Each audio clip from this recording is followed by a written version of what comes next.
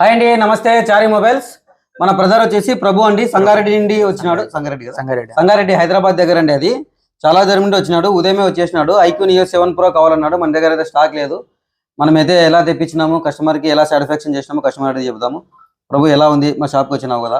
వచ్చినామన్నా. వచ్చినప్పుడు మొబైల్ దొరకలేరు, మళ్ళీ మీకు చెప్తే ఎందుకు ఉత్తగా వెళ్తారని మీరే వేరే షాప్కి వెళ్ళి తెప్పించారన్న. బెస్ట్ ఇవ్వడం ప్రైజ్ ఇచ్చారన్న. ఎంతకి ఇచ్చినాము?